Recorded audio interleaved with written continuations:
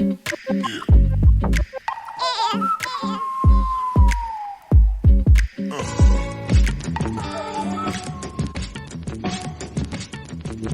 views and opinions expressed by callers, guests, and hosts do not necessarily reflect those of the Black Talk Radio Network and Black Talk Media Project. Black Talk Radio is new black media for the new millennium.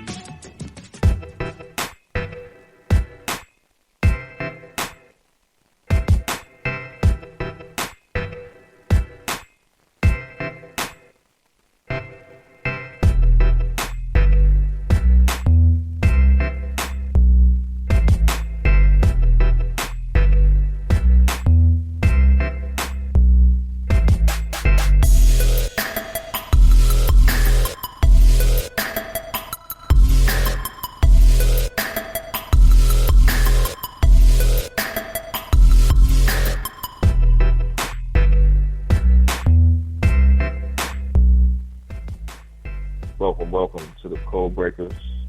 This is T.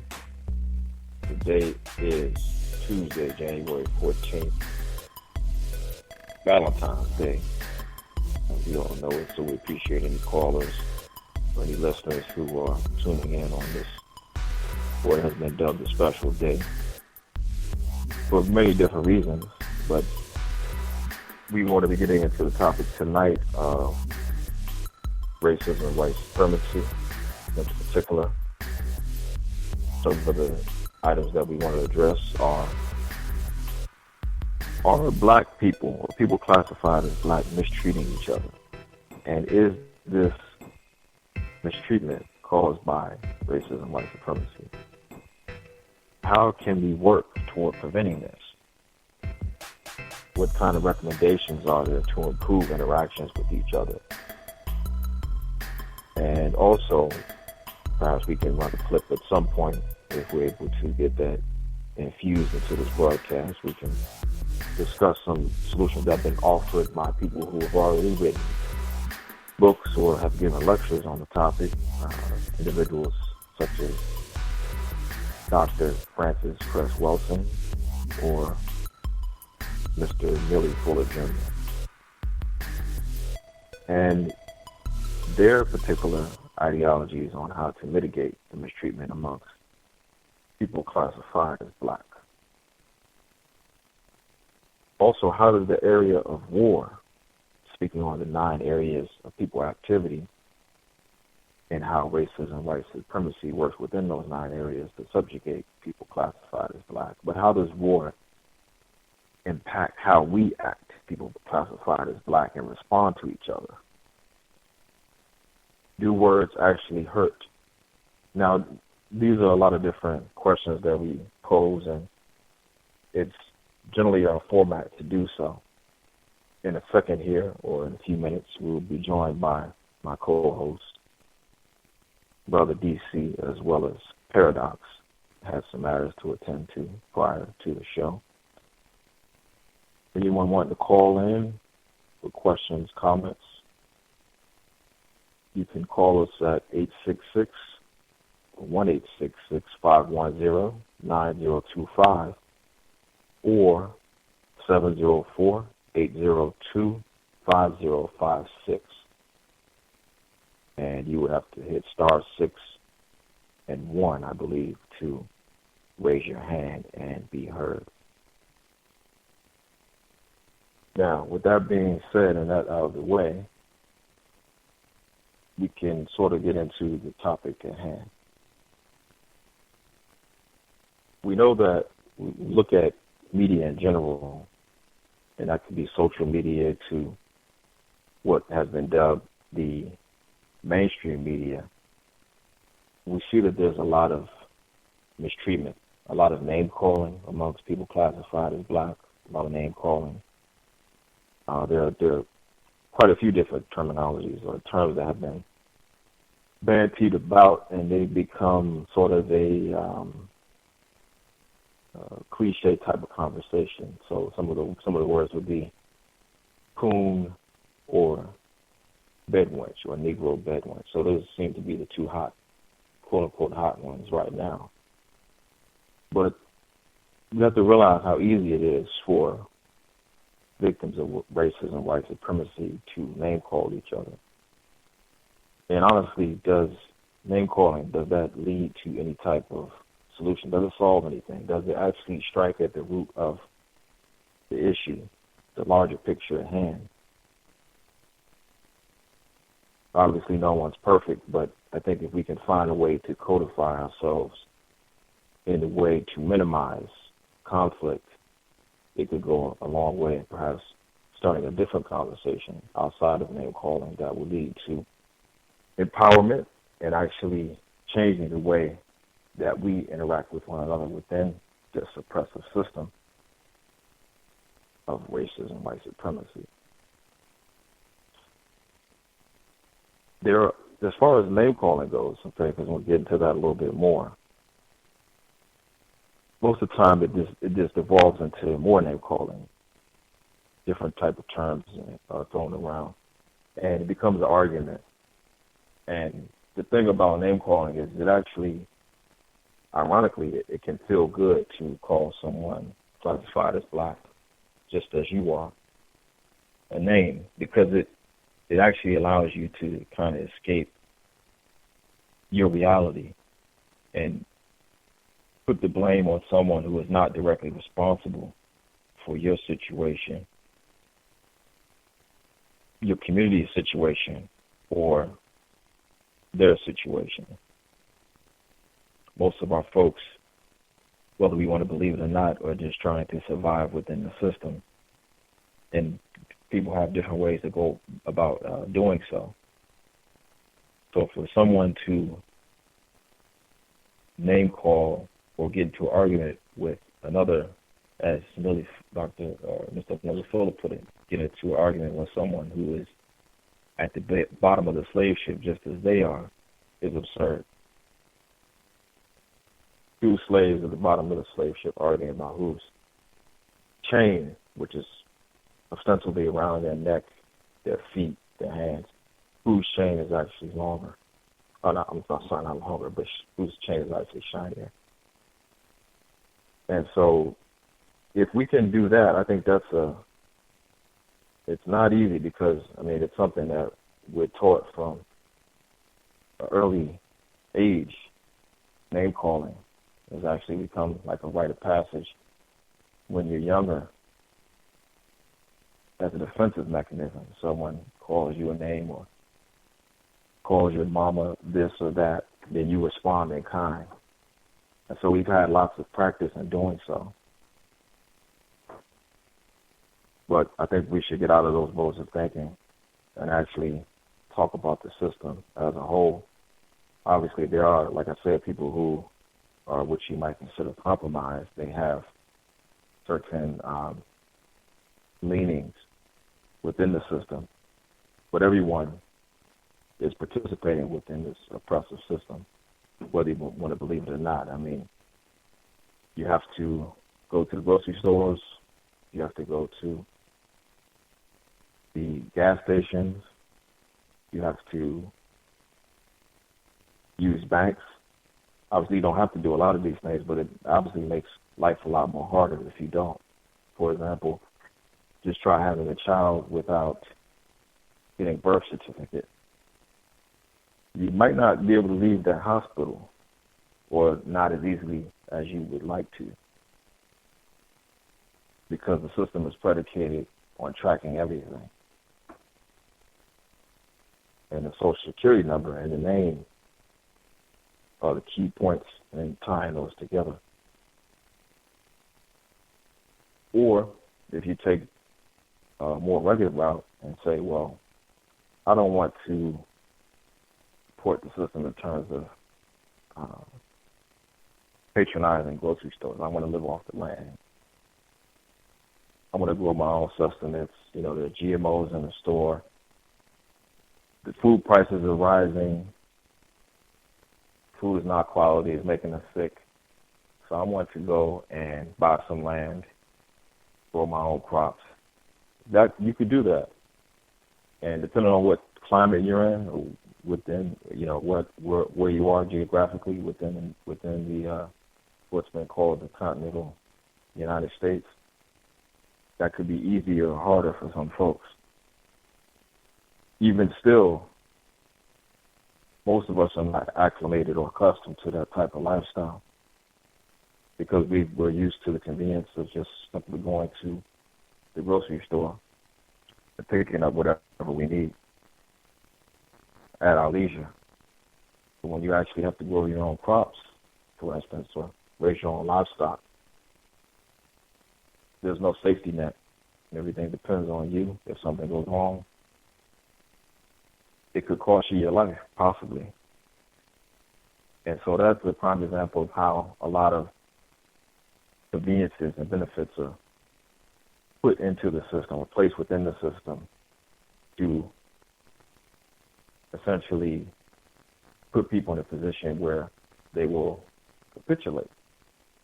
And so those might be more extreme examples as far as the hospital and birth certificate, as well as living off the land.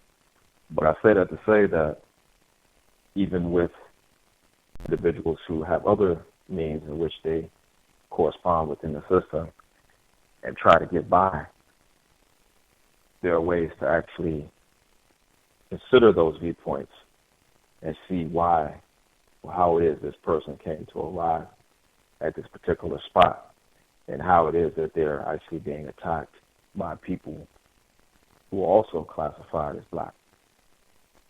And how easy that is and how easy that's become. Because there's been a lot of, for those that follow what I would call entertainment consciousness, there's a lot of mistreatment going on within that community. And to be honest, and this may sound foolish, but a lot of it is actually quite entertaining. But at the end of the day, I hate to use that cliche, but what you'll find is that it really does not solve anything because we're not actually talking about solutions on how to end the system of racism, white supremacy, and actually replace it with a system of justice, something that's never been, as far as we know, as far as anyone that I've talked to, never been tried or effectively tried or actually been brought into fruition on this planet. As far as the systems that we have in place, they're nothing new. They're very ancient. From a lot of the laws that we have, the codified laws that we have on the books, have been passed down from parts of what they call Africa now, or ancient Greece, ancient Rome, and also the banking system. A lot of the actual Magna Carta, which is based on a feudal system, feudal medieval system, was actually brought here by the Europeans. And so what you have nowadays is modern day feudalism, serfdom. So again, those are two examples. But when you examine those systems, you have to examine how each individual falls within the systems and how they interact with one another. In other words, because people will say, well, there's no mistreatment going on within the system. You know, people are just doing for self and they're trying to succeed and get ahead. And like I said earlier, you have all the creature comforts you can need. You can go to the grocery store, you can go to the mall, you can pretty much buy whatever it is you want or need as long as you have the economic means to do so. But the fact of the matter is, everyone operates differently within the system. So even inside of economics, the play there is going to be different one to another. The way a so-called white person views economics is going to be completely different from how a so-called black person views economics. It's been my experience that so-called white people view economics, money, currency, as a form of stored labor. And so by saving up the currency, when the time comes, they can actually tap into that stored labor and dispense it as they need. Whereas, for the most part, and this is again in my experience, and if anyone disagrees or has a different viewpoint on it, they can obviously call in and share their thoughts on it. But it's been my view that, for the most part, that people classified as black have been kept out of the actual means of, or what it means to practice economics. And that when they do, it is actually to fulfill whatever needs they have without actually planning for a rainy day, as they say. So there are many ways, I think, that, or solutions that can be offered, and a lot have already been proffered by many different authors and lecturers, like I said, to solve the system.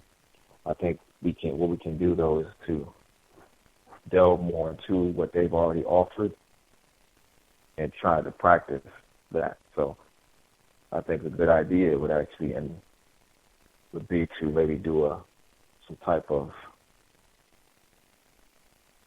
what we call a compendium. So you would combine all the different techniques that we know of, that our elders have shared with us, and others that are more prominent, and combine them into one book.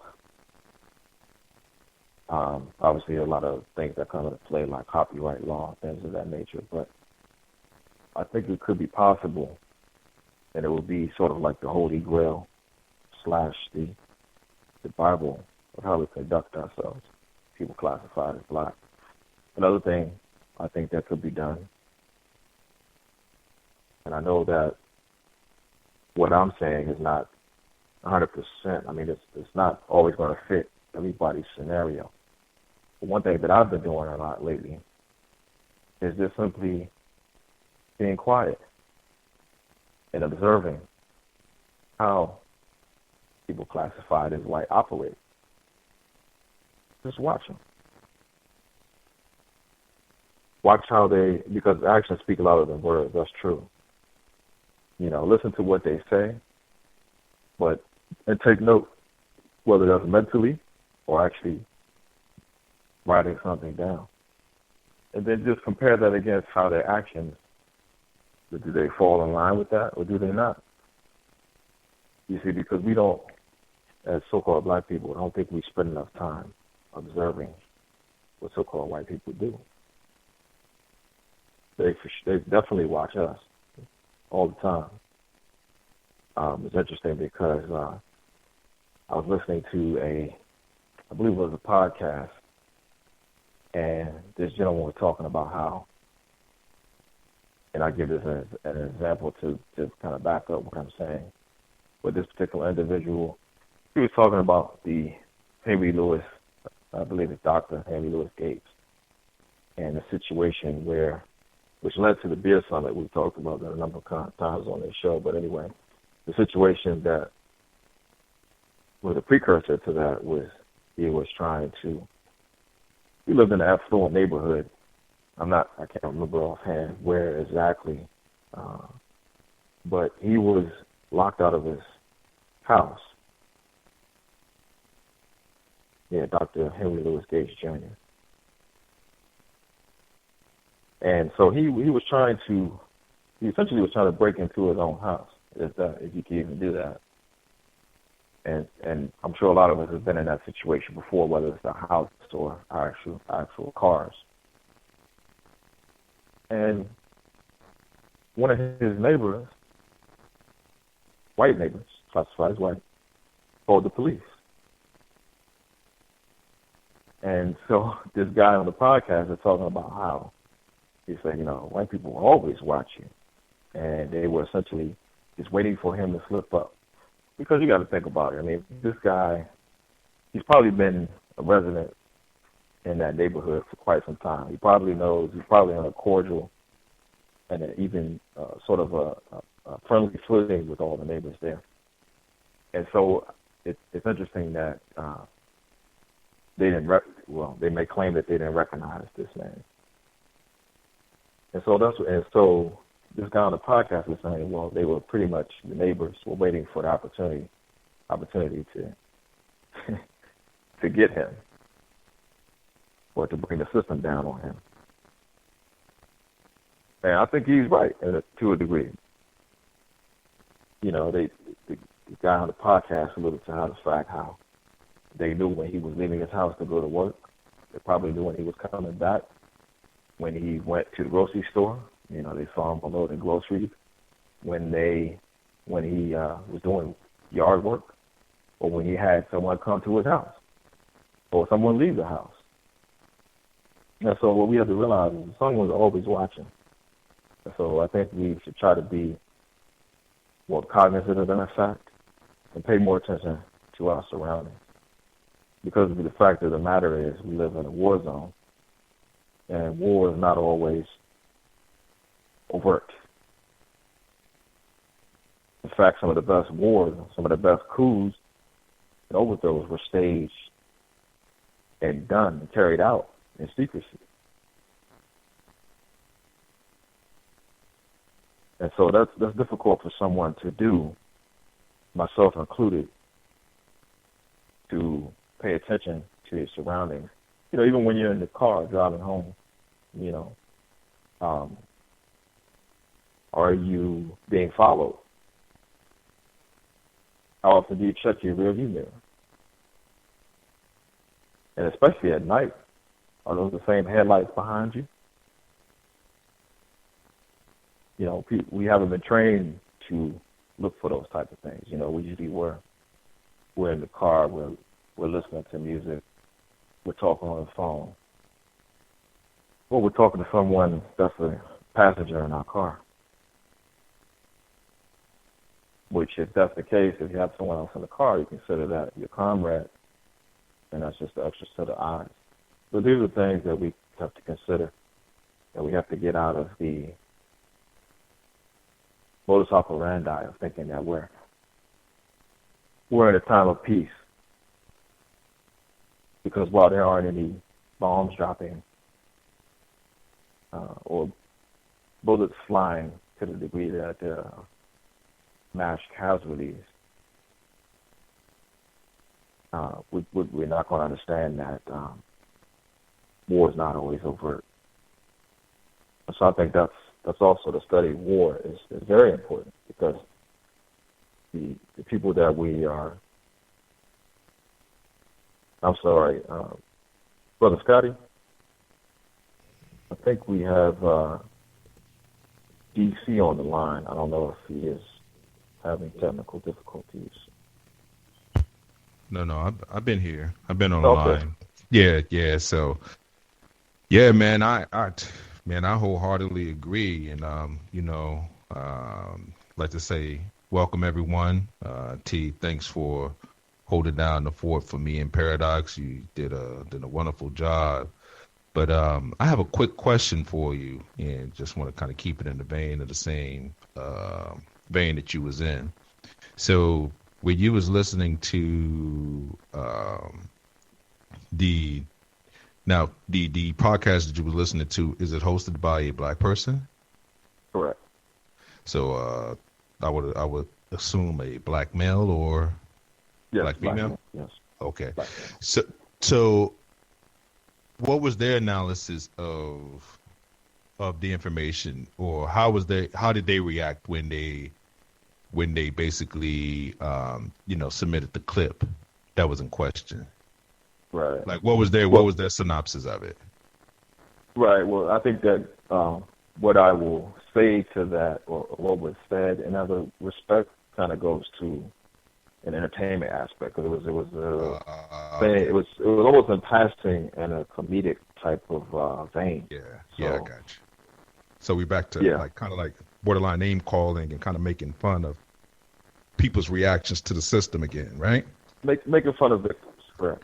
Yeah. So, and I guess what our biggest concern was, just for the audience, and the reason why we thought it would be very, very important to do a program about mistreatment and victims that do social commentary, and they base it off an entertainment model. And let me just ask, do the person that do the podcast, do they benefit from their program, you think, in any kind of monetary way, or is this like their career, or is this just like maybe like a hobby or something that they just do on the side? Not to say that there's anything against it, but I'm just saying, like, right? No. Yeah. Is the entertainment aspect? Do you think the entertainment aspect has something to do with trying to garner views and then trying to capitalize on that aspect of it? I mean, I'm not even sure that. Well, let's say that the individual they are into comedy. Gotcha. But I think the way it was said was just like a casual conversation. In other words, it was like kind of just talking to somebody real casually on the street or outside of the job. Now we do know that there are victims of racism that clearly benefit from this model of entertainment, doing podcasts, creating an environment where they are antagonizing other victims of racism that have a contrary response to what they are responding to within the system. Would you agree with that? So something very interesting, because I I was watching a program too, video of someone that does commentary, but I don't think this victim gets paid for it. But whether you do or not, it's not really my point, or not really our point of this program. But they was calling it the Coon Wars, and the reason why that's funny is because coon is a perspective. There's no facts into that description of anybody. It's just like any other name calling. I mean, when you call somebody by a different name than what they want to be called, then it's all just conceptual at that point. It's just from what your point of view is. And us doing this program, I'm pretty sure that we would be called coons too. Pacifist coons, sellouts, no good. I mean, there's all kinds of names. What's some other names that we can think of where, bootlicking Negro. I mean, bootlicking. You don't want to do nothing. You're sorry. You're no good for nothing. I mean, nobody does it better than we do, because nobody's been as victimized as we've been victimized. So now we have made it an art form. Some people call it the dozen. Some people call it scoring on each other. Some people call it basically joning. I mean, like what we call it. We have created an art of mistreating each other. And now, we can go from jokes now, and this can go to jokes to getting serious real quick. Whether it's family members or anybody else, somebody may take a slight to what you may say, and it can trigger something real fast, real quick. And then, you job beefing. Y'all going at it. Whether you're talking about fisticuffs or to automatic gunplay. Hence the reason why we're vulnerable in this sense to the name calling aspect, which is another form of mistreatment. But my problem with the whole deal of mistreating other victims, and whether you're trying to capitalize through economics or whatever the case may be, is that it's always generated by something that cannot be actually proven. So, we make a lot of assumptions that, you hear things like, well, if black people, and they already had articles that have debunked this, but this is stuff that's basically said if Negroes didn't buy sneakers, didn't spend money on alcohol, Don't do any of this, don't do any of that, the don'ts. This is the reason why you are in the position that you're in. And I would contend, this is just DC talking, I would contend that no, that's not the reason why you're in the position that you're in. The reason that you're in the position that you're in is because there has been a group that has classified themselves as white, a minority group that has inflicted power against those they classify as not white. So what does that mean?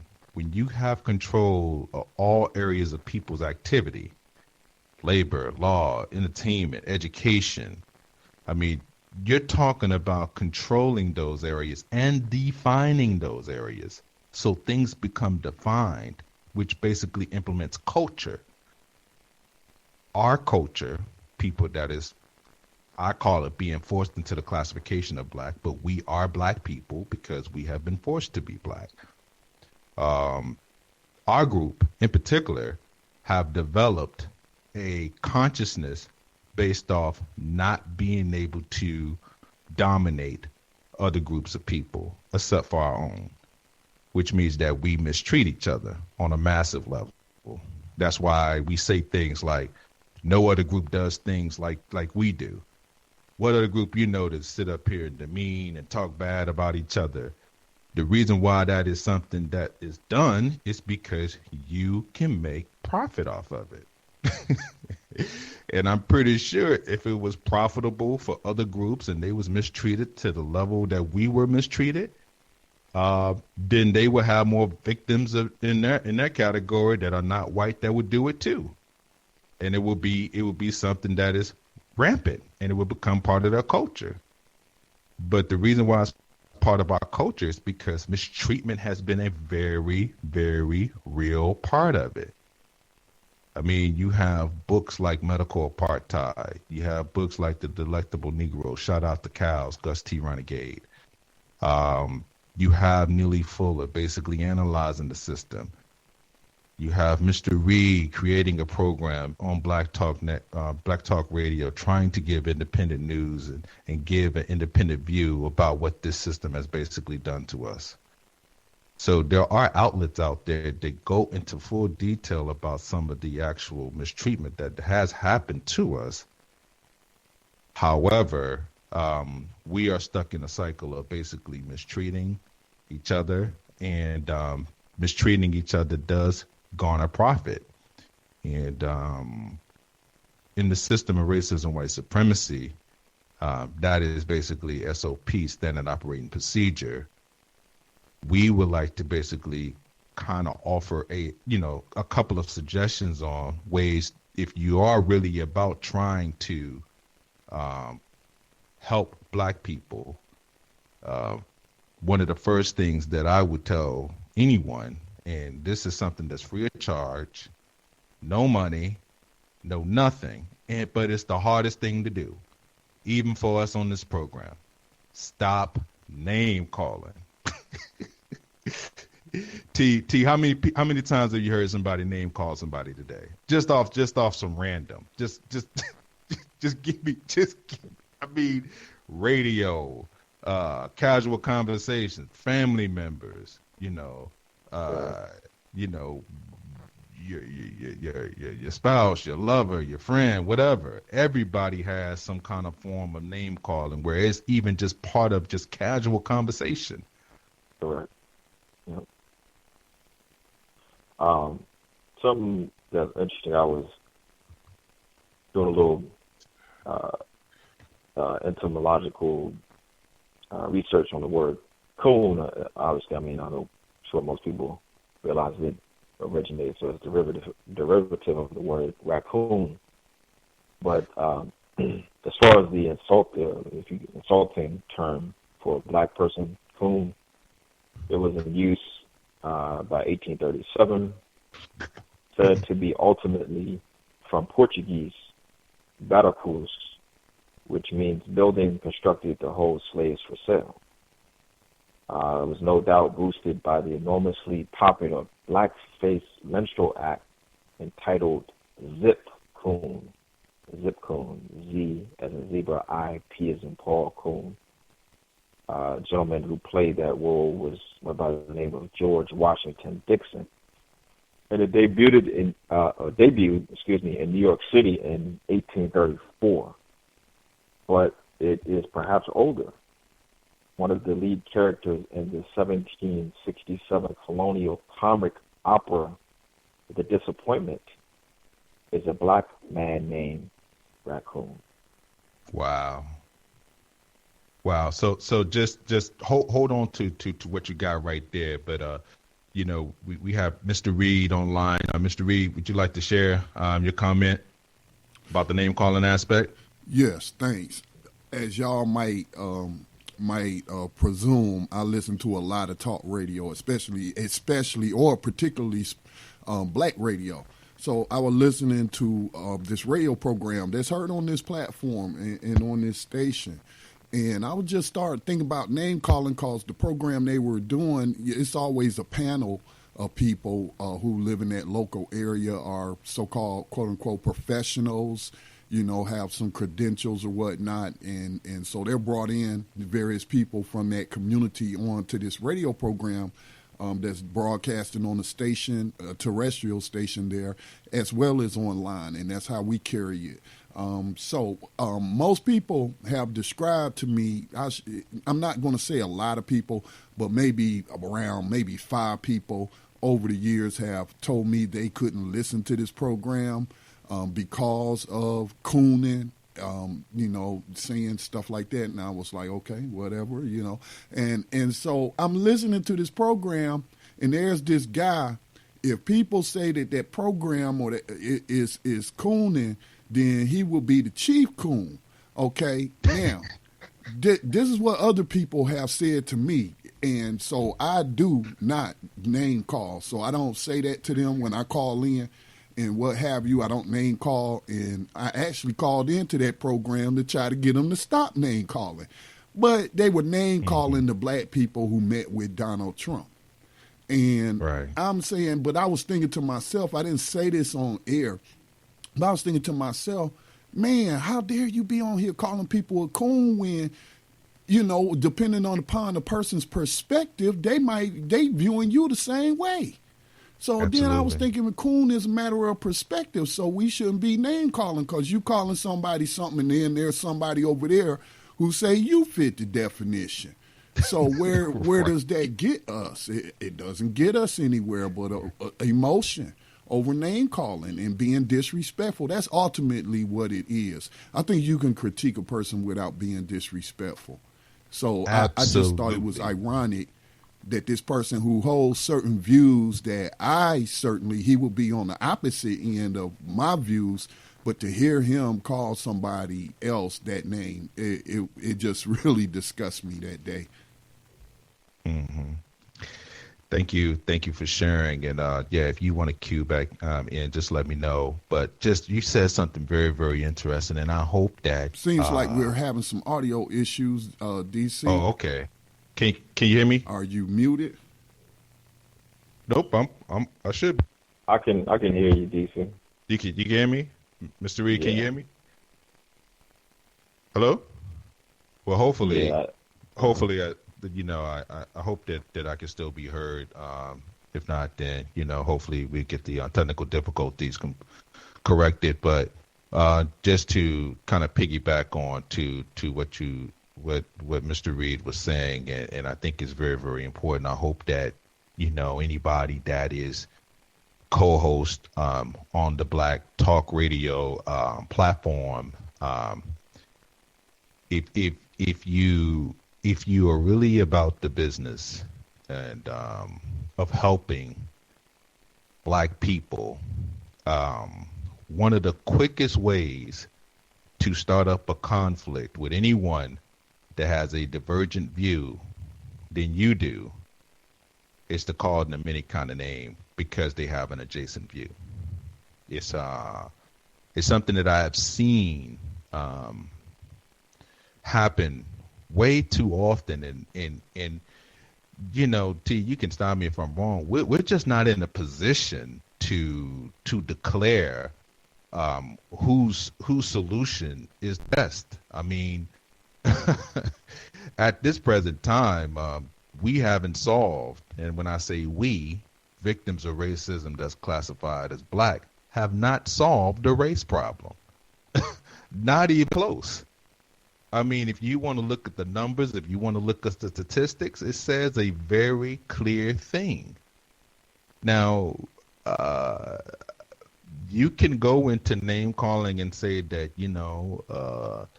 this is because there are black people that don't deserve to be on this planet anymore. They are holding us back.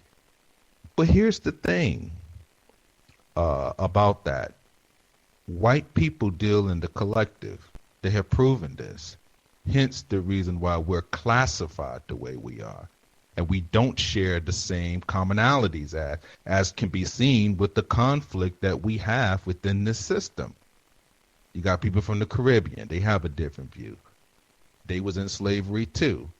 But we talk about the Caribbean like they basically have a, organic culture. Like, like they didn't have slavery to deal with. And I'm talking about Caribbean. When I mean Caribbean, I'm talking about people from Barbados, Trinidad, Puerto Rico, Dominican Republic, Haiti, and the other various islands that are west and not east on the North American so-called continent and South American continent, as we know today. You have groups of people that basically get into these cliques about what to do and how to solve the system. And it just becomes very interesting to me that a lot of our solutions sound like what white people have done. But here's the thing. If you're going to do what white people have done already to establish themselves in the system, then it goes back to what you was talking about earlier, T, about studying warfare. And I would always tell people, there was no negotiation when, the European came over here as far as like, hey, natives on this particular landmass, we're going to take your land and we're going to negotiate with you on this space. No, there were groups of people that said, no, you can be here for whatever amount of time, but, we have ways that we do things. If you want to share the land, you can share it. But, we can't ask you to leave. You're here now. But, nobody owns the land. The land belongs to everyone. You could just find a space and join the customs. If you want to do your own thing, then you'll be the tribe of whatever people. You'll call yourselves that. But nobody's trying to dominate anybody, not as far as that kind of thing is concerned. But white people changed the whole paradigm. We're going to come here. We're going to dominate you. You're going to move, regardless of what you feel. If it needs to be a fight, there's going to be a fight. We're going to call it laws. We're going to make it seem legal. We're going to put on suits. We're going to join the court. And then we're going to enact our laws. It's almost like black people actually think they can stop gentrification. I made a statement to someone. And, T, this. DC is going through gentrification. There's nothing we can do to stop it. I made a statement. It is an absolute fact that the black people here cannot stop gentrification. There are a variety of reasons why. But one of them is these things are basically planned 20 years in advance. 20. The only way you can project that far out is to dominate people. Bottom line, you create catastrophes in neighborhoods. You create a system where people will actually naturally move. You create an environment, and people know what I'm talking about. You would create an environment where people will shift automatically if they can leave.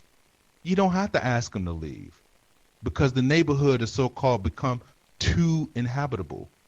So black people don't want to stay there anyway. So guess what? Bottom out. tear down the actual living areas. The people that do remain, you ask them nicely, we'll buy you out at a certain price. They say no, they can stay for another year or two. But once those bulldozers come, guess what? They're going to have to move too, because ain't nobody left on their block to hold up. This is what we see happen, and it's just not here. This happens nationwide. I mean, I'm just interested in this whole thinking about this. Like, it's baffling to me. And I don't know if it's because of the area we stay in that we see things move. People don't understand that the black people used to stay in Northwest D.C., the Shaw area. Then they moved to the more rural area, the southeast area of D.C., across the bridge and Acacia. Now, basically, we're pushed. Yeah, now we're pushed out to the boundary where people would think PG. PG is the hood. PG is the hood now. Capitol Heights, District Heights, Landover. I mean, everybody that's listening to this call that stay in the DMV knows what I'm talking about. It's just a fact. People naturally moved based off the conditions that they were in. Them niggas up there around so crazy. They up around the Ville, they acting crazy. Around Trinidad, they acting foolish. I can't be around them. You don't have to move. We're going to move on our own because it's too unsafe. Our kids don't need to go to school there. So naturally, you got people moving. So what they'll do, they'll put on a nice little apartment. You go down Anacostia now. They're already starting to move in. You got a couple of white people there. Maybe from Minnesota, maybe from North Dakota. Hell, I don't know where they from. But they move down there to get a nice little house, to get a nice little whatever check or whatever. Then all of a sudden, they start renovating the area. Now people getting priced out. Now you can't stay around because you can't afford it. But it's not about, we could just buy, if you got black people that got money, we could just buy a certain area. These things are basically being forecasted ahead of time. T, let me ask you something. Where is the largest concentration of wealth of black professionals in the United States per view? Entertainers and athletes. No, I'm saying what area in particular? Oh, whatever. Huh? PG County, Prince George's County, Maryland, has the Right. highest per capita African American population, right, as far as income in the nation. And we're being gentrified. Just for black people that's on this program, think about that. But no, I do think it's important though, because I want to, into the second hour, I want to kind of get into some of how the entertainment, how basically, we in entertainment, we have become so focused on critiquing entertainers now and holding them to some kind of standard when we know for them to be in the bowels of white supremacy, these people are doing jobs just like us. We're doing jobs. Their business code of conduct is not to upset the apple cart, or you will get Nick Cannon. I mean, Nick Cannon, for instance, have gotten in trouble lately for expressing his views on racism, white supremacy. Shout out to Nick Cannon, by the way. He's a victim of racism. I know that he was, speaking freely on different platforms and through his music and making comments and somebody tapped on him. Hey man, you on you on TV, right? People watch you all the time, right? You need to take a chill pill. You can talk, but keep it under perspective. That's just me just basically kind of playing the advocate. I don't know, but just listening to some of the stuff that he has said, he's alluded to that he was pulled up and somebody basically had a conversation with him about some of his dealings outside of what is it, America's Favorite? What was the program? Do you know the program that he was hosting? Yeah, the America's most talented or something. Hasselhoff, yeah, America's Got Talent. Yeah. Oh, America Got Talent. That's right. It's NBC, right? It's NBC production, right? One of those NBC, ABC. Yeah, large networks. Basically, he's hired by white people, very powerful white people, by the way. And I'm pretty sure they like Nick Cannon. Probably like Nick Cannon a whole lot. He probably made them a whole rack of money, you know. But people get into your other dealings, and then they say, well, shoot, that's bad for business. It's okay. You can share some of your views, but kind of tone it down a little bit. You ain't broke like these people no more. What you care about that? That shouldn't be your concern. You can speak about it in a more, overall view. But when he gets to speaking about the system, and I think he made a mockery of, he did whiteface instead of blackface, what normally white people do. And man, they lost they lost they poop. They went crazy on this man. So called them racist, reverse racist, and all kinds of craziness. So the backlash was very, very swift. And see, that can give you an idea of how this system works. There are different rules, different standards, different points of stimuli, different rules to be basically abided by. Everything is okay as long as victims are basically mistreating or talking bad or ill against their own. But anytime, and you can see it on YouTube, you can see it on these different Facebook platforms, Twitter, whatever the case may be, but anytime that you go adjacent to that, then you get outside the purview and you start looking at the system, you start to be a little bit more critical. And man, don't get the name calling or talking bad about somebody that's white that cares about that. Then you would see the punishment go into play. So anyway, thank you for joining. We are the Code Breakers. We're going to go ahead and go into the break, and under the next hour, we'll get into a little bit more deeper discussion about mistreatment, black folks, and see if we can come up with some suggestions on how not to mistreat anyone within the system. So see you around on the next break. We'll get back. We'll be back. Thanks for listening to Code Breakers.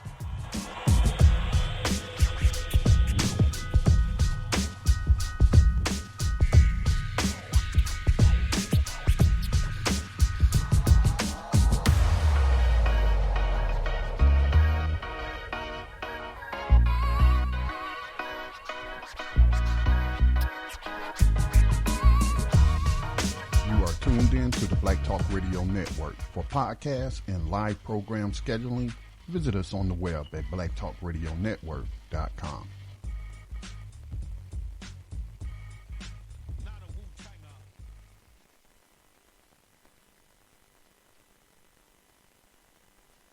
Welcome back to the Code Breakers.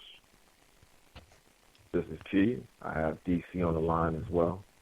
And we are discussing, can people classified as black, can they mistreat each other under the system of racism and white supremacy? DC, I had a question for you. Yes, sir. As it relates to interactions with other victims.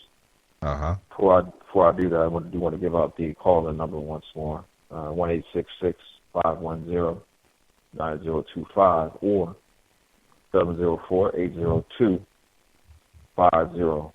I believe *6 will get you on the line to pose your question or make a comment. DC, with respect to interacting with other victims, yep. There are a lot of people classified as black who have a lot of great solutions. Yes, sir. Within that, absolutely, and within that, they mix in name calling or other forms of what I would consider comedic overtone. Mm-hmm. So how does one, in other words, if you and this particular individual, you have kind of like divergent viewpoints on the solution, which happens all the time, obviously. All the time. Correct. If that person considers you to be a coon or mm-hmm. some other type of disparaging word, yeah, but you want to open a dialogue with that person, how give me an example. How does one go about about doing so, because obviously if you both have good solutions, how can you come together, try to work around the foolish argument? Yeah. Well, the first thing I would do is let that person know, wholeheartedly that my disagreement with them would never entail me calling them a name based off the disagreement that I have with them. We may have divergent views, but if you are clearly about the best or the benefit for the group that's been classified as black, then we can't differ that much. We may differ about what the solutions are. So just to answer your questions directly, I will let them know I'm not your enemy. I'm not a person that's basically going to do something to you based off having a different viewpoint about the system. I agree with Mr. Fuller's suggestion about victims guaranteed qualifications, which he has shortened up and called VGQ. They said what they said. I do think that name calling does hamper communication between victims. It's just been proven too many times. The evidence is just too much evidence of it. Just like Mr. Reed has already stated so eloquently earlier, is that you can get on a program and literally you can begin talking about solutions to the so-called racism problem, or the black problem, or really trying to help black people, but it can delve into name calling so fast and so rapidly that the program would just be about talking about other victims and their reactions to racism. And you will veer right off of whatever the so-called solution is, because it feels so good to talk about other black people. It does. I mean, I have done it. I'm a victim of it too. Right. And I have to catch myself, because it's not the right thing, because I disagree.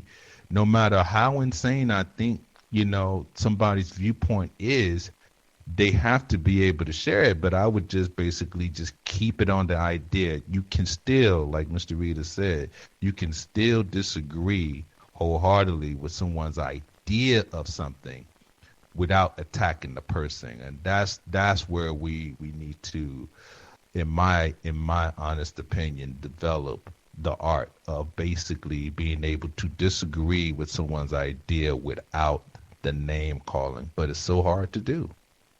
And it is an art, that's for sure.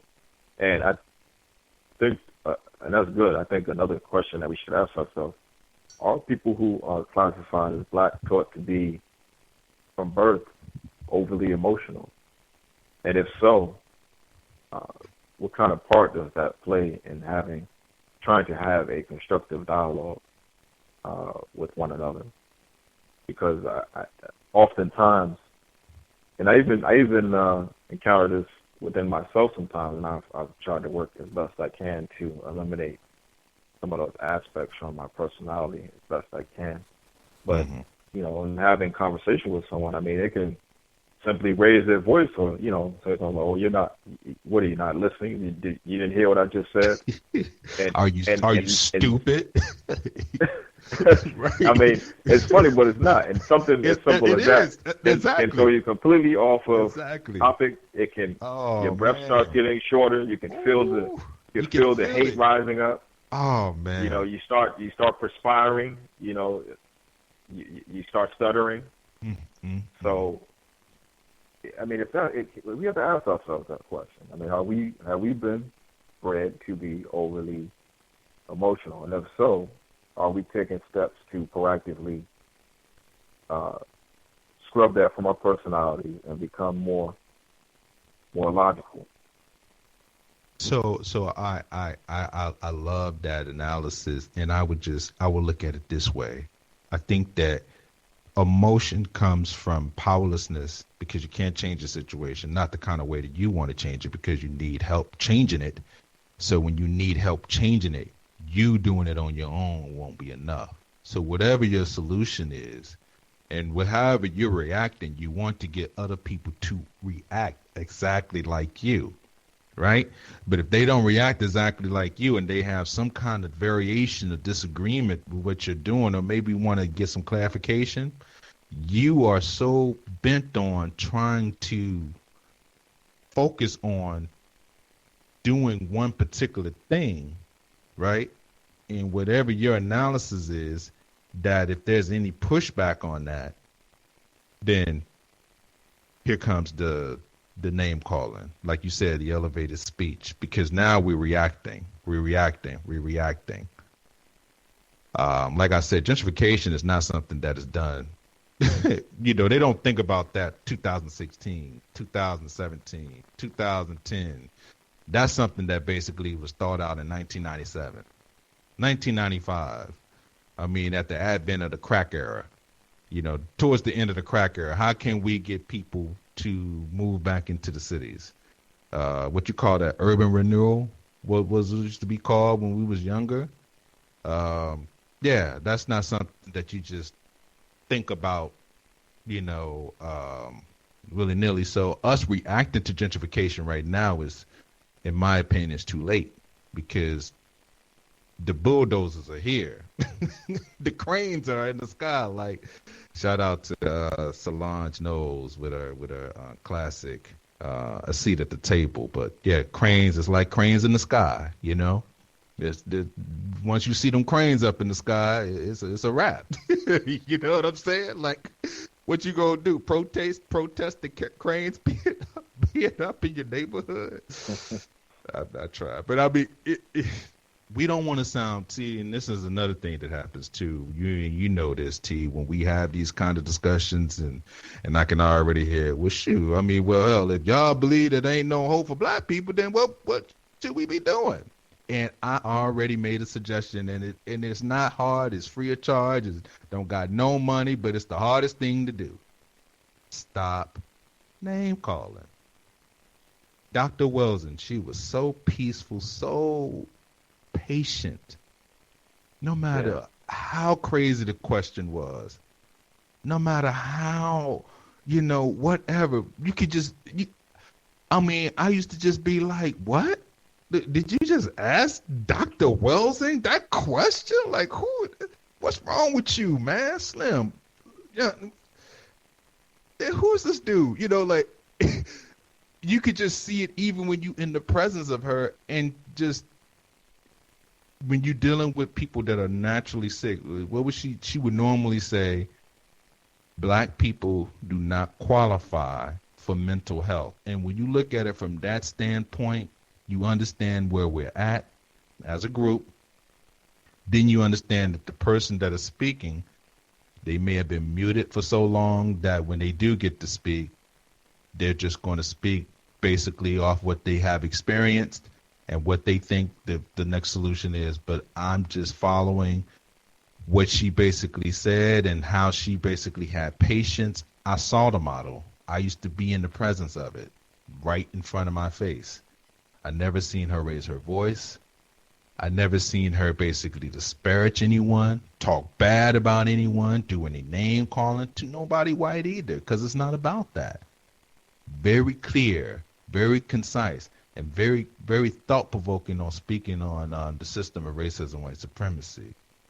But I would suggest for those of us that are the more animated group of us that have taken in, her views, and we remix it like a Sunday preacher that remixed the Bible or remixed Jesus teachers. Like how can you go from but that's a whole nother thing. I'm not gonna get on that. But how can you go from something that's clearly stated? They have made a point of saying no name calling, but then use someone's words to name call someone else.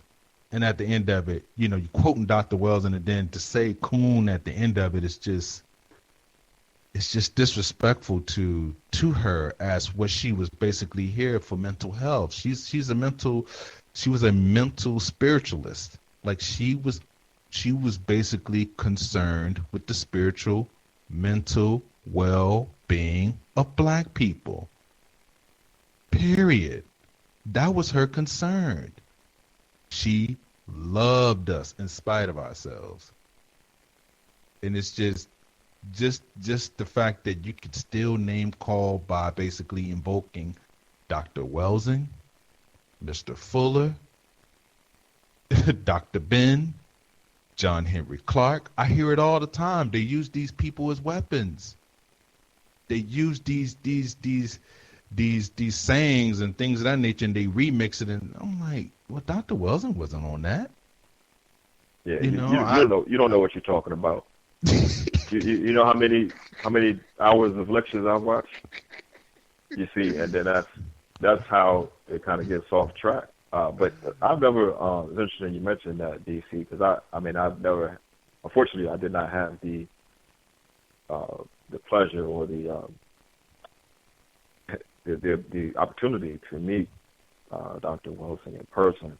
I know you and Paradox have, but based on what I've seen from her, just in her lectures, she had a very enterprising spirit that was very motherly, very receptive. Exactly. Almost to the point of disbelief. And so to be able to model yourself after that, I think would be admirable. And the example is there. You just have to try it. I mean, as far as name calling and trying to avoid conflicts and get into constructive conversation, I don't think that has really been tried on a large scale basis by victims. It has not. I could tell you this, anytime and anytime that you listen, it's like we give ourselves permission based off whatever clique we fall in or whatever ideology we fall into. We give ourselves permission to just go ham on everybody else. I mean, just if you are into, I don't want to go in. I don't want nobody to think that if you into black empowerment, economics, right? If you have someone to say, well, I don't think that economics is a solution, I think that racism basically is the primary problem. What do you think the person's going to call you that's in the black economics and empowerment in their eyes? When there's no such thing. But what would they say? Oh, you're a coon then. You're a bootlicking Negro. Possibly, right? Yeah. Mm-hmm. Yeah, so then you have a group of victims now where there can't even be a peaceful discourse because you have labeled and eliminated someone that can possibly, because like I said, if there's any kind of model that's going to come up that's going to be beneficial for black people, and I don't tell people that I interact with, whether I'm interacting on the internet or speaking in person, that, I am on a, black platform and, I am basically supporting what you're stating. But, I don't agree with the full dogma of going so hard at people and name calling folks, especially the ones that are the most vulnerable of our group, and disparaging them, trying to guilt trip them into basically supporting whatever venue that you're in. If people support you, then they support you. There's no need for name calling. Whatever your idea is, that should be enough. To me, you don't have to shame black folks into supporting you. Doesn't make sense to me. But that's my, you know what I'm saying? And I don't begrudge anybody basically having a different view. But I wish we did have callers, because I would really like to hear the reason why people that name call other victims of racism, how they think that that's actually constructive. Like, I really would like to hear how they think that will benefit our group that's been marginalized already, that is hurting already, that is how you already brought it up. We're already emotional, right? So we're already reacting to stimuli at a heightened level, right? How do we think that is actually beneficial to name call each other? Like, how is that beneficial? How is that not mistreatment? I'm just curious. Well, just to play, I'll say I play devil's advocate here. Go ahead. My only, I guess, if you want to call it a saving grace for individuals who do want to participate in name calling, and that's probably not a good way to put it, but they may look at that particular usage of words as a tool, as a labeling tool to out people, or so-called, how, like, I know we've kind of talked about this, how President Trump they've coined it, I don't know if him or his camp or whoever, but they've coined the term extreme vetting. And so maybe it's a form of extreme vetting for certain individuals within the so-called black community to say, hey, well, this person is not operating in a manner that is going to be empowering to our people. That's the only thing that I could think of. But even in that in itself,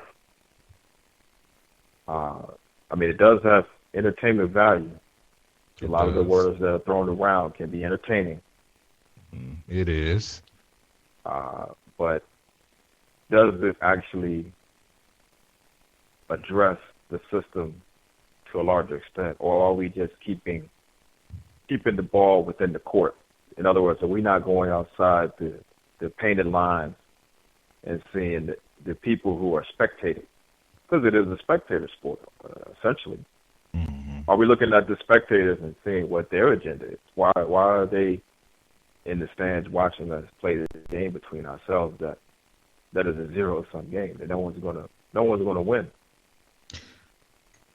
And my only problem with that is that if whatever you're saying or whatever you're disparaging another victim of racism is about, just understand that whatever you think the solution is, or whatever you think the ideology is that victims of racism should follow, there should also be an understanding that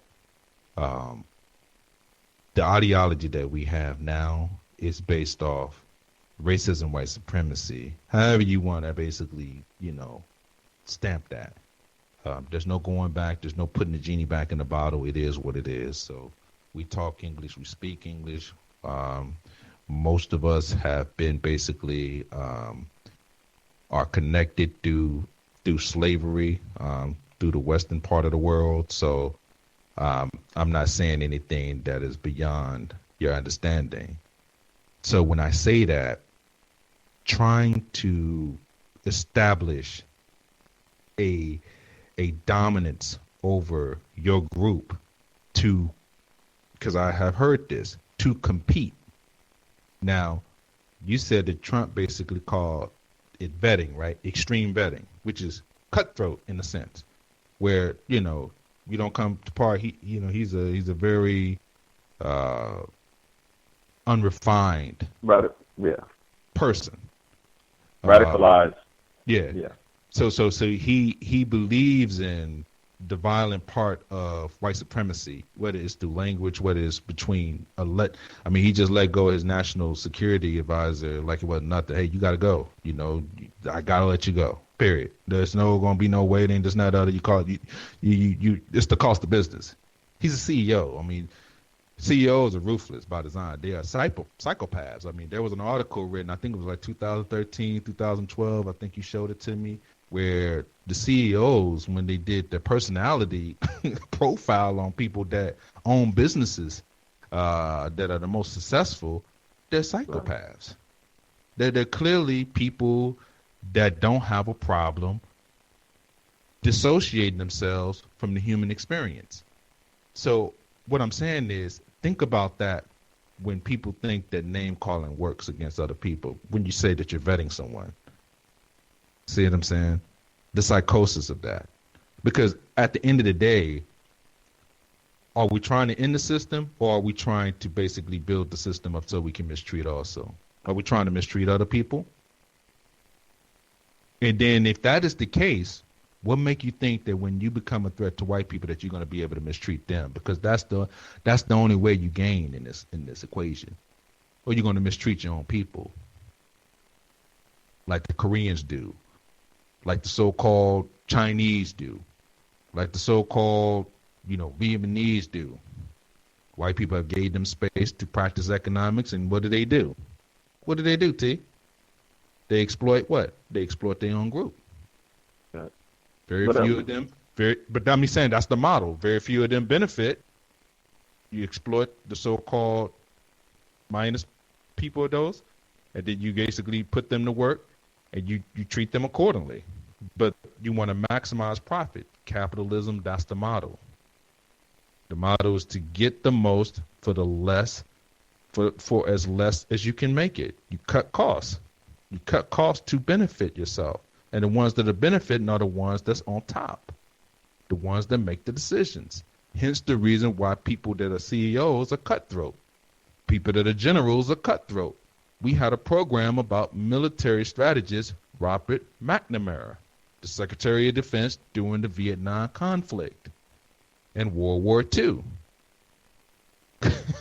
Right. You're talking about somebody that had to, and you could look at that as the same as cutting jobs. It's not my problem that these people are going to be homeless or these people, they can't make it. Enron. It's interesting you mentioned that, DC, if I had to interject, about the CEO and the psychopathic mentality. Because I was, this was some years ago, I was talking to someone at one of my former plantation jobs, and I went in their office and they were talking to me. And somehow we got on the topic of some of the tough decisions that he had to make. And he said, because I asked him, how do you bring it upon yourself to fire people? And some of these people actually were not in a position, at least performance-wise, or it's not like they weren't doing what was asked of them, or even exceeding what was asked of them. But he said, well, people fire themselves. That's what he told me. He said, we don't fire people. People fire their own self. And so I just the one to relay the message and carry out the order. So I think that is a shining example, if you want to call it that, of the type of mentality that you have to have in order to sit at the helm of abuse, essentially. Go ahead, brother. I'm sorry. No, you're right on track. I want to kind of vet this out because this gets down to the mistreatment. When people say mistreatment, and when Mr. Fuller's talking about justice, I don't understand how you can be in the same vein with the name calling thing. That's all I'm saying. That's my point. Mistreating someone based off whatever model you have because you want to take advantage. So now you're hustling. I know a hustle when I see one. I can feel a hustle a mile away. I'm pretty good that way with that. That stuff don't move me. I'm not I guess I would say that I'm a natural skeptic, but not in the sense of where I will be basically disrespectful, but it just doesn't, I don't see that as being a viable solution. So what you're saying is just you're trying to hustle people now. And when you're trying to hustle people, especially people that are desperate, you understand what I'm saying? People that don't have hope in a lot of instances, and that is our people that is in the classification of being black, because we are the poorest people here and abroad, globally, that when you dealing with a situation like that and people feel like you have the answers because you have been propped up, Abbott, within the system, I think we have done well by not using names because names are not necessary. There are plenty of people that follow this model. But at the end of the day, just look at the needle. That's all you need to do. And look at the means that they're using to tell you what you need to do to benefit you as a black person, where your labor was basically exploited to create this system. The system was created off our exploitation. You don't have this without free labor. You know, you can go back however you want to go back. It doesn't exist. Because guess what? Poor people would have fought for this. If you had poor white people, right? If it was truly a class thing, and you had poor white people, poor black people that had similarities and viewed the working rich class, not working rich class, but the oligarchs, the top 1%, they call it the top 1%, the Illuminati, whatever you want to call them. People like Trump, they're the minority, right? If you take the veil of whiteness away, he will be killed. And I don't mean that to put a threat on anybody's life, because that's not what I'm saying. I'm saying that based off history, based off the model of basically exploiting people through economic means, and you're dealing with the same group of people, it's a hard model to uphold. You have to import your services for the most part. Or you have to follow a model of a more dominant group. Hence the reason why basically Asia and all these other places basically got infiltrated and followed the model of the European.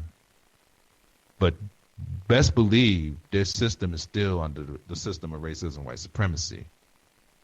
They're still being basically compromised by the group that classify themselves as white.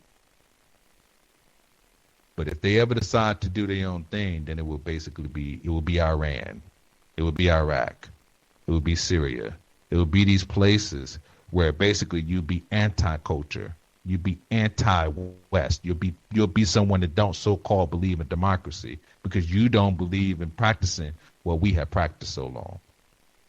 So now we have the right to kill you because you seem so out of line to everybody else that does things on the planet the way we do.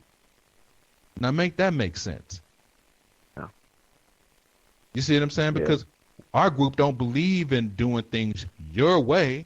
So we're going to just go over here and we're going to just live our own life. So, you know, we don't care what y'all doing over there. No, but you have to do what we do.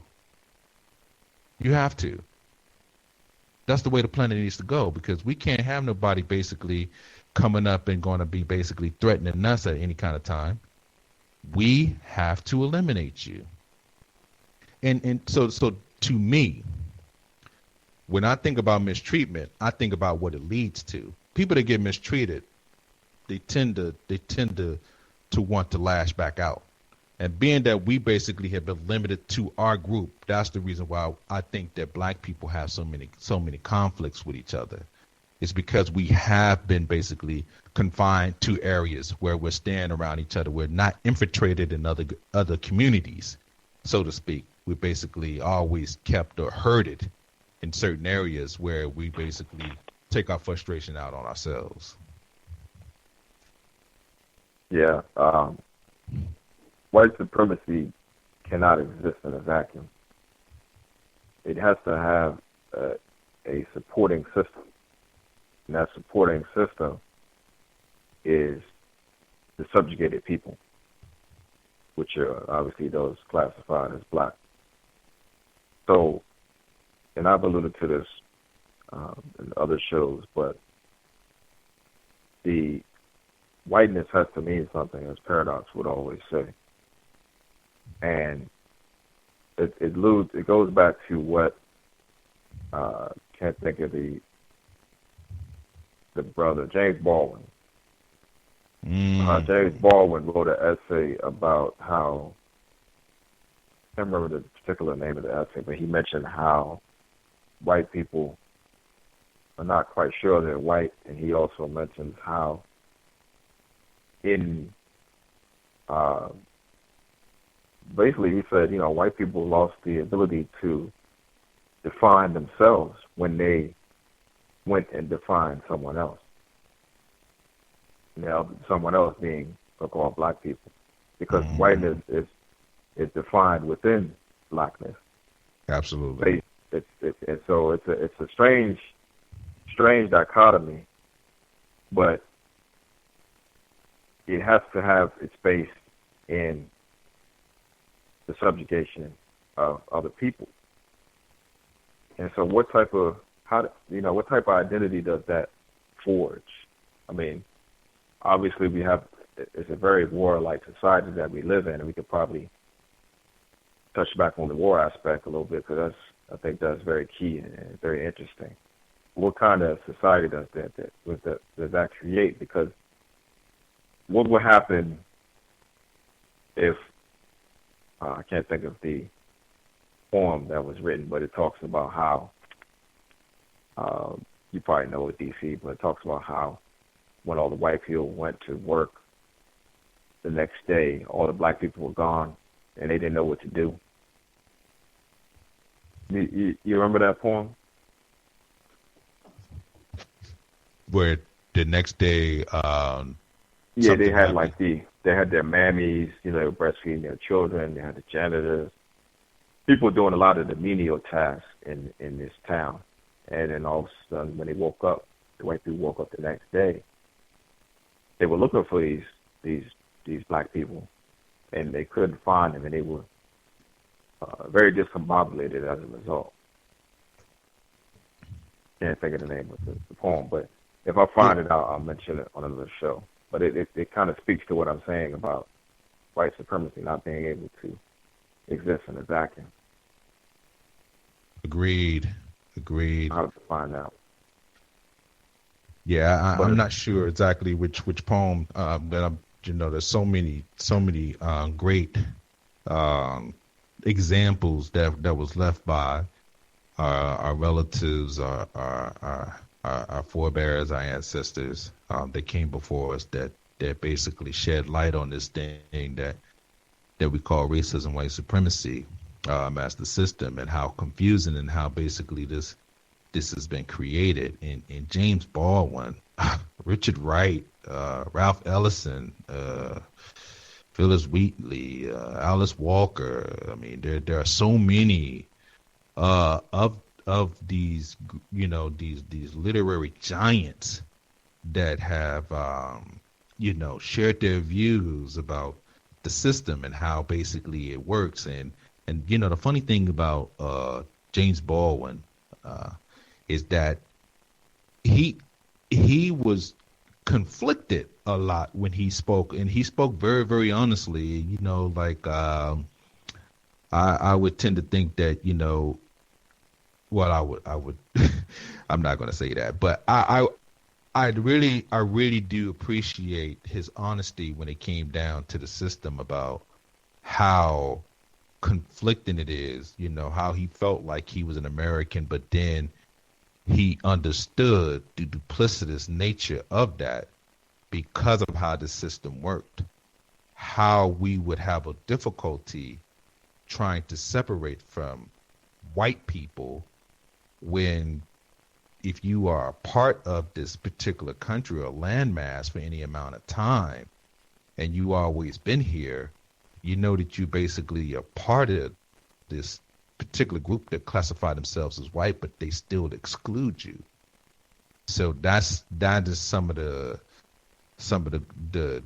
critical analysis that he would actually go into. And now, shout out to James Baldwin. I mean, there's a documentary about him right now. I think they're showing it at Landmark Theater in DC off East Street, where it's called I Am Not Your Negro. And I think one of his favorite novels, he wrote very short stories and short novels, but one of my favorites is The Fire Next Time. Incredible book. Incredible book, man. And it's not that long, but just some of the things and thoughts that he had. And I think he wrote another, and I think this is part of the essay you're speaking about, where he wrote an essay to his young nephew, which I would imagine is a full which would probably be somebody that's old enough to be our parents. So, yeah, it's very, very, very critical analysis of how the system of racism, white supremacy has basically shown itself to be. I do see that we do have a caller from Macon, Georgia, and I do just see that Paradox just joined the line. So just hold up for a moment, Paradox. But if the caller from Macon wants to, in fact, well, just before we get you queued up, we have a break. So I guess we'll get everybody online to share their thoughts. So let's go ahead and get into the break. And thanks for listening to the Code Breakers, and we'll be right back.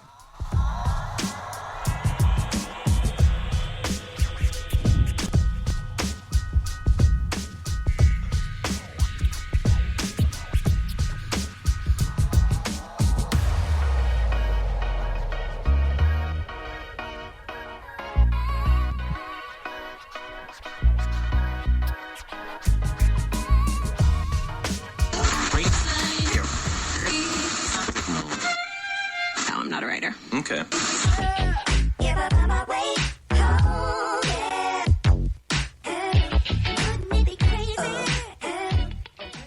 Black Talk Radio since 2008, providing new black media for the masses.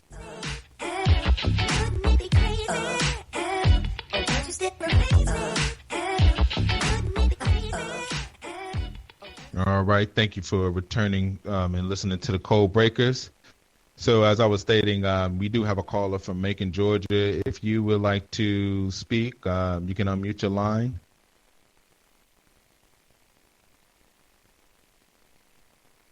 Should be what? Star 6 and 1? Oh, yeah, star 6 and 1 if you want to have you want to share any of your views or any comments or any disagreements that you may have had with with some of the things that we have shared during this program. Oh, no star, just 6 and 1. Actually, it's star. Oh, star. My bad. I'm sorry. I thought it was no star. Just press star if you want to share your views. So if you're just listening, then that's fine also. Paradox, thanks for joining the program, good sir. We've been going at full tilt here now. So if you want to go ahead, are you somewhere where you can share a little bit of your views, or you still? Can you hear me? Yeah, I can hear you well. There's a lot of background. Any background? I know it's probably a lot of background noise. No, you good to Not go. too bad. Yeah, you good to go. Oh, okay. What's going on? What's going on, man? So we're talking about mistreatment. So we kind of like went into, the name calling aspect and touched on war a little bit. We delved in a little bit on that. So if you want to kind of like share your views on what is your viewpoint on mistreatment? Do you think that is something that is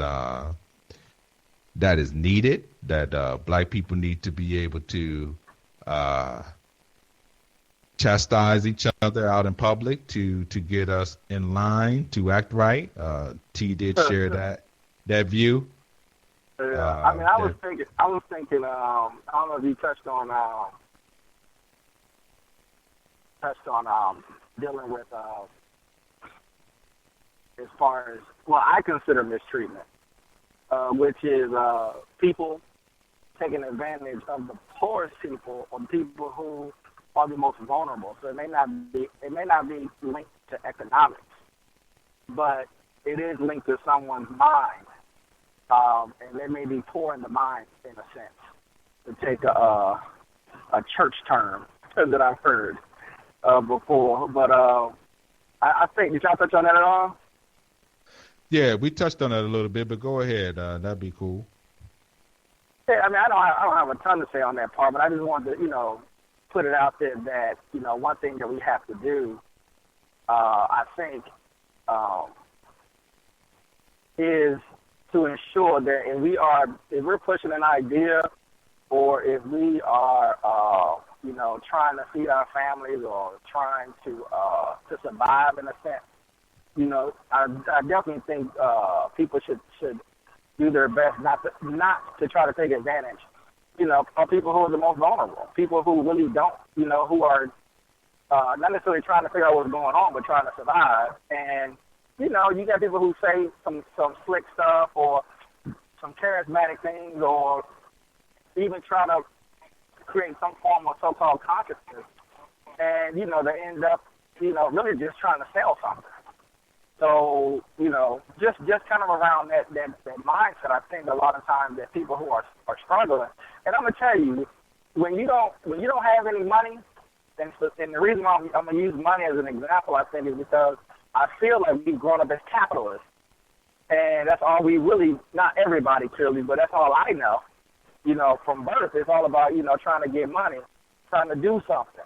So it's interesting that when you're vulnerable, when you are struggling, when you don't have finances, you do feel the pressure.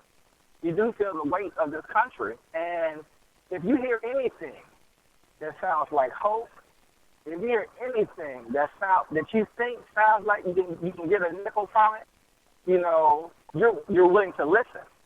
And unfortunately, we got black people specifically, but all types of people who take advantage, who come up with these concepts, these ideas, in my position, that exploits.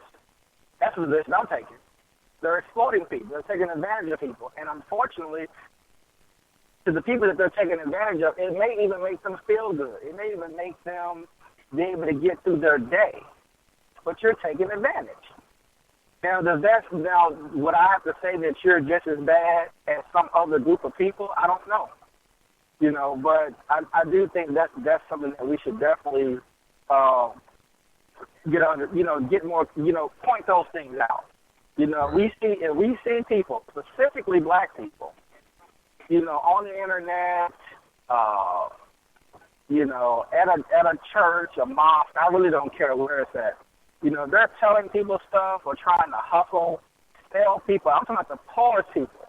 Man, if you know better and you want to play these games and give people everything that you have and you don't have nothing, and they selling you dreams, and that's on you. But for the people who really don't know, for the people who listening to this program, out here struggling, trying to make it, we can't, I'll put it this way, we have a responsibility to a degree, everybody, to a degree that if you cannot be hustling or offering things to people that is not going to really solve this problem.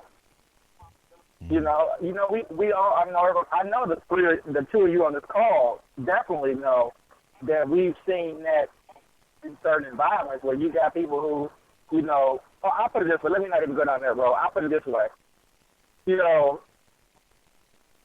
Just try to avoid, targeting people that you're taking advantage of. That's the biggest thing, is that the people who are doing a lot of this stuff, they're targeting certain groups.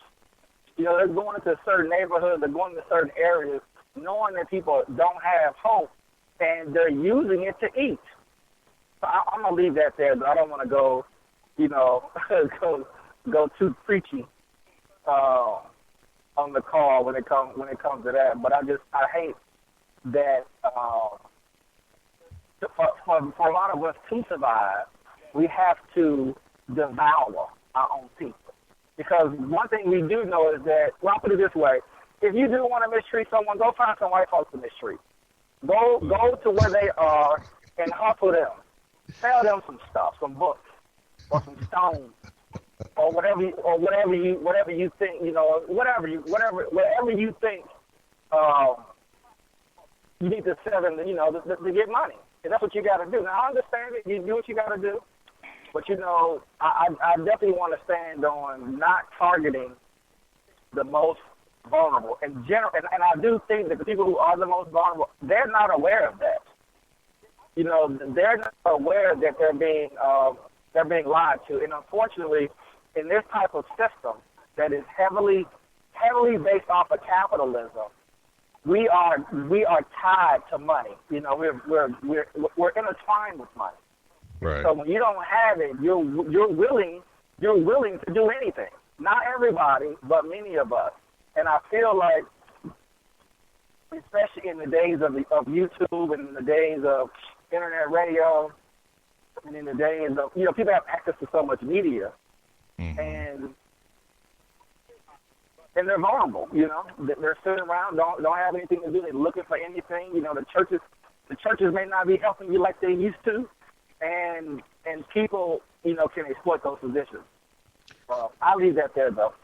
Man, you came with some serious heat, dropping bombs, man. I wish I had a DJ Clue dropping bombs all the time. I guess you just had it all pent up, man. That's some good analysis. Yeah, I guess. I mean, but, I'm trying not to go in. I'm not trying to be anti-black. Don't be anti-black, brother. Please don't do that, sir. Right, but at the same time, see, the thing is that when you study a little bit of economics, if you just not even economics, I've dealt with marketing environments, and when you market to people, you go ahead. Hey, just hold on for a quick second. I want to at least give. I think we have a caller online. I think they have unmuted, and I would like for them to share their views. So just hold tight with what you got to say. And hello, caller. Hello. 478. Yes, hello. How you doing? Hi. Good evening. Hopefully you're all doing well. I think it's a great show. At first, when I read the title, I was like, duh, of course they are. But I understand you have to make this clear to other people who don't listen all the time, who may be new. So I got over that. But I do think the one thing most of the show I agree with, but one thing I do disagree with is, we don't want to call the people out. I think you have to. And I'm not saying you go online, they have a YouTube broadcast, and then you go back and go, well, Billie Jean said blah, blah, blah. You don't have to do that. But, just ask, if you are listening to their website or whatever, you have to ask them, how is this being constructive? How is this helping black people? If they don't have a good answer, you just have to cut them off. You don't have to be mean about it, nasty about it. But some people, for whatever reason, especially I think more so in the entertainment, I'm earning all this money, and I may earn all this money that I give back to black charities. I mean, that sounds cute, but you don't have to beat up black people then to turn around and give back to black people. That doesn't make sense to me. So you have to make them aware, because sometimes they may not be aware. Sometimes they may be, sometimes they may not, even if they are making a lot of money or whatever, because I don't care if you're making a lot or a little bit. A lot of people who are classified as black are confused. Absolutely. And you just have to let them know, do you see, give them a chance or two, see what's going on, what's in their mind. And if they're dead set on what they're doing, then that's what you do. Like, I'm going to do it. There's this lady, most people know her, Wendy Williams. Her job is gossip. That's what she does. She talks. That's her job. She's not ashamed of it. I was born and raised in New York. I was born and raised in New York, so I used to listen on the radio. That's what she did. I was grateful the songs were great, because even as a little kid, she wasn't my favorite. For that reason, I'm like, I don't need to know about these people like this. I just want to hear my songs. Yay. That's what she does. She's not ashamed of it. It is not constructive. It is not constructive. And yeah, she make cute little clothes on Home Shopping Network. I could buy your clothes on there. Yay, make clothes. But no, I mean, it's just not constructive. I don't think if she doesn't pretend that it's constructive, she just doesn't. And well, I think can I just interject, and I want to keep you right here, because thank you first of all for sharing your analysis of that. But Wendy Williams, I think what we're talking about are like people that are so-called speaking about what black people should be doing, and then going to name calling. I think Wendy Williams had made it clear that, I'm doing this over here, and my whole thing is to entertain, white folk, black folk, Asian folk. I just happen to be a black person, basically doing whatever I can to make a decent living. So even though I do understand that what Wendy Williams is doing is basically totally contrary to, helping black people, I think that she has made a decision, a conscious decision in a sense, where she don't believe in that whole aspect of what we're talking about in a sense.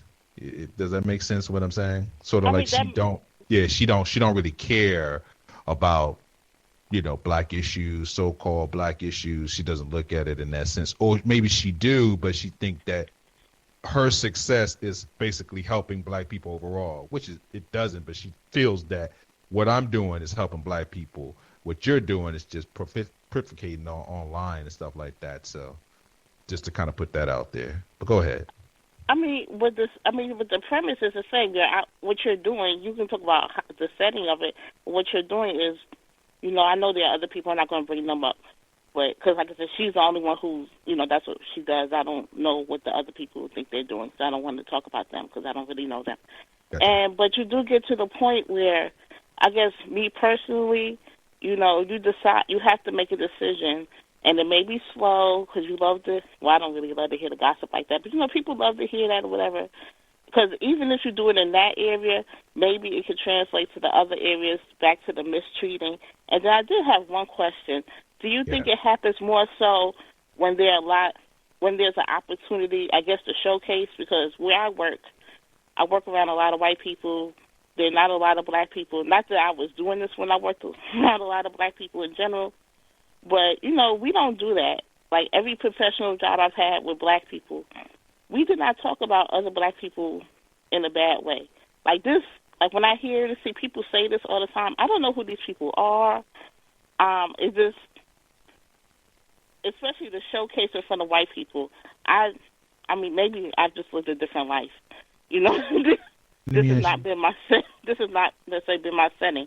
I'm not saying I haven't been around black people that haven't talked bad about other black people, but it wasn't like the showcase in front of white people. It was like in the moment, and if it got too much for me, I would be like, well, can we move on to something else? And usually it was in church, so in church I would just bring out a scripture, and they'd be like, okay, you're right, and they move on. Right. That's a great tactic. I do.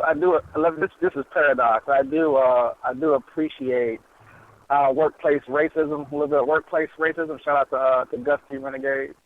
She did go to the job with it. Just want to say that. Oh yeah, well that was like I said, at work I don't do that. I worked around a lot of black people. My first job out of college, worked around a lot of black people. We got along well.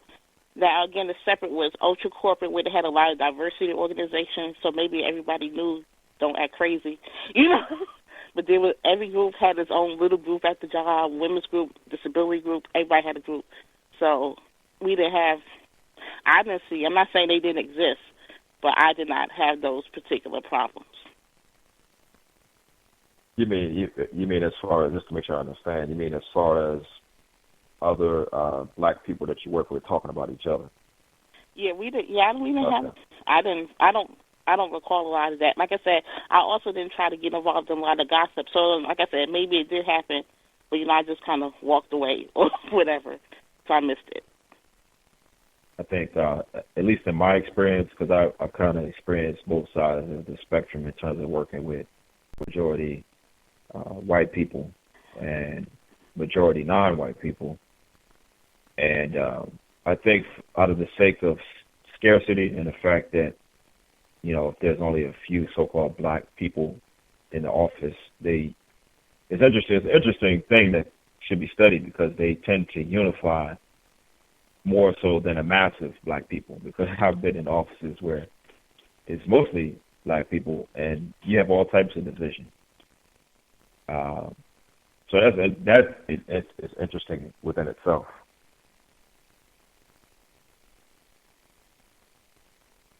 Yeah, I would agree with that. I think that the viewpoint that I'm speaking from is from basically working with a lot of black people. I would say like in middle management. So with that, of course, comes a lot of interaction, whether you're trying to mind your own business or not. Sometimes name calling is not even, is so prevalent. I think that a lot of times it feels normal to us because we're just so used to it. Let me ask you this: Do you think that it's beneficial or Um, do you think is a useful tactic to admonish black people that are so-called acting in a way that's hurting other black people by calling them, like say like a word like coon or, I'm not going to use that term, but say like just coon. That's a popular word now. We have basically picked that word back up from the 20s, oh man, so to speak. And now this word has become popular in 2017 again. It hasn't went anywhere, but now it's basically everywhere. People just calling each other jiggaboon and coon and all that. Do you think that that's a useful term? I know you hear people speaking about it on the internet. I know that, but do you think that is useful? No, I mean, I don't, like I said, it's not useful to me. And growing up around a bunch of black people, yeah, we had squabbles, whatever, but I mean, we didn't call each other stuff like that. I have a pretty decent, I guess, relationship with my family. I can't think of anybody that I don't like. Maybe some I'm not close to because, distance and age or whatever. But, I don't, at least my family, they're all positives in terms of that aspect. And so, yeah, I don't, and like you said, I hear it a lot on the internet and stuff, but I don't know. It doesn't seem helpful, and I just know as a person who was definitely more negative than I am now, work real hard to be positive. It's very tiring. I just don't have the energy. It's a whole lot easier to be positive. It just seems better. I don't know, better for me, healthier. You don't have all that unnecessary stress. Because you don't think of, I know we just talking about the name-calling part, but the health, like you said, not only the mental health, I think that can get into you physically and stress out your organs and stuff, and then you can't be that surprised when you get sick. Some of that is stress. It's toxic. Yeah, it's toxic to the body. Fellas, and then you guys go ahead. That's what Billy Fuller talks about. We're full of poison, and you can feel it. You walking down the street and another black person coming towards you, and you can feel the poison rising.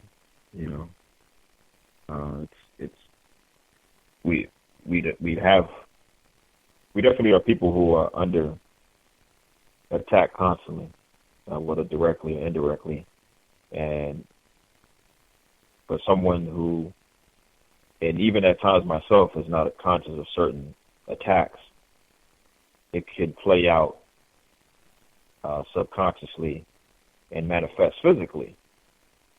And then you say, you might say, why the hell did I do that? If you go back and examine it, and it could be something as small as something that happened on the job, and it may have pissed you off, and you were just acting out.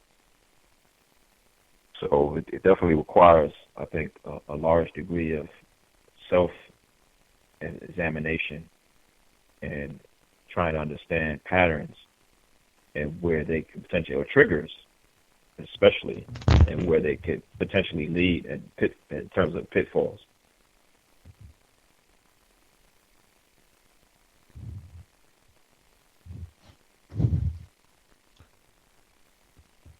Paradox, do you have anything else you want to add, or? Well, I don't want to. I know we only got a few minutes left, so I didn't want to. I'll probably be like another hour. Well, we've been on this whole time, so we'll let you go ahead and close us on out. So whatever you want to share, you came in dropping lows. So I'd like to shout out to the caller. Thanks for sharing your views. We appreciate you listening to us here at the Code Breakers. Please call in anytime. Please feel free to call in and share your views at any time. We appreciate it. Thank you. Now go ahead, Paradise. What's going on? We got about 5 minutes left. Yes, sir. Yeah, what I was saying was just from a marketing perspective. I feel like we've just been trained, from very early on to buy, to sell, typical stuff. I'm not saying anything big, but it feels like, and again, I could be wrong, but we've been trained to buy and sell to each other. That's kind of all we know how to do. And unfortunately, I feel like the way things are set up, it is to exploit the ignorant.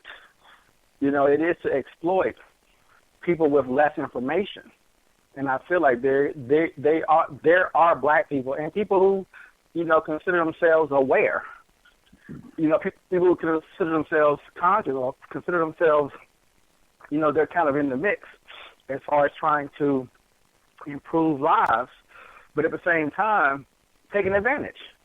And I know people talk about that all the time. I know it gets called out all the time. It's just something that I wanted to put out there because I know the focus is on, our focus tonight, I think, is on mistreatment. And so, from Mr. Fuller's perspective, he obviously lays it out pretty clear about, how you treat people or how we should treat people, or even from his perspective of, unless you're doing something constructive, you probably shouldn't be, around each other. I battle with Mr. Fuller and his logic, all the time. So I do think in some respect that's true, but not sure about all the times. But anyway, I'm always, DC, I'm always, challenging his logic, for whatever reason. But I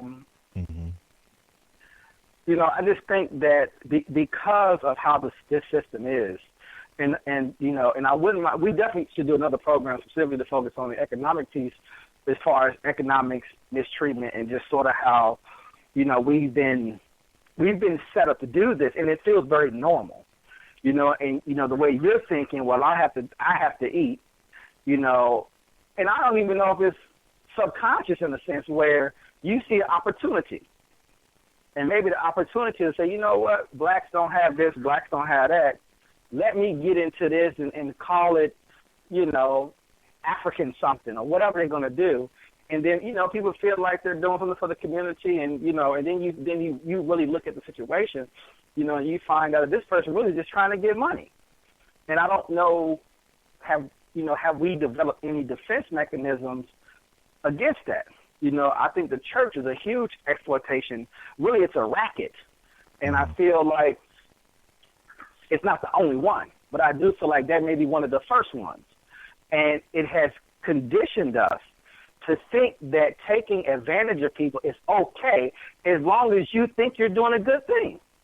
And the word good, which I don't want to get into that, but, we have a general definition of what it means to be good. But the word good, and I think, the word good and using that word to say that should somehow cleanse, in a sense, what I'm doing to people. Well, I'm doing something good for them, so, even though they don't have anything, I want to take whatever they got because at least I'm giving them some good information. We got people here, all over the, all over the world, hustling online, selling whatever they're selling, and you're thinking to yourself, well, is anyone benefiting?